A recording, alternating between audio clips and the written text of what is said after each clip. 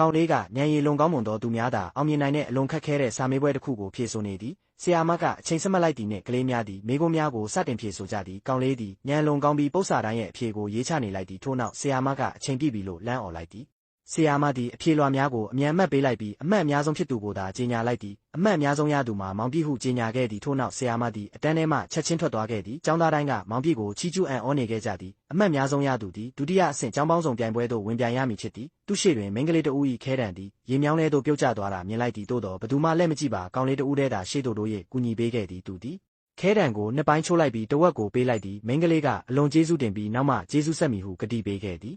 ထို့နောက်ကျောင်းပေါင်းစုံပြိုင်ပွဲစတင်ပါပြီ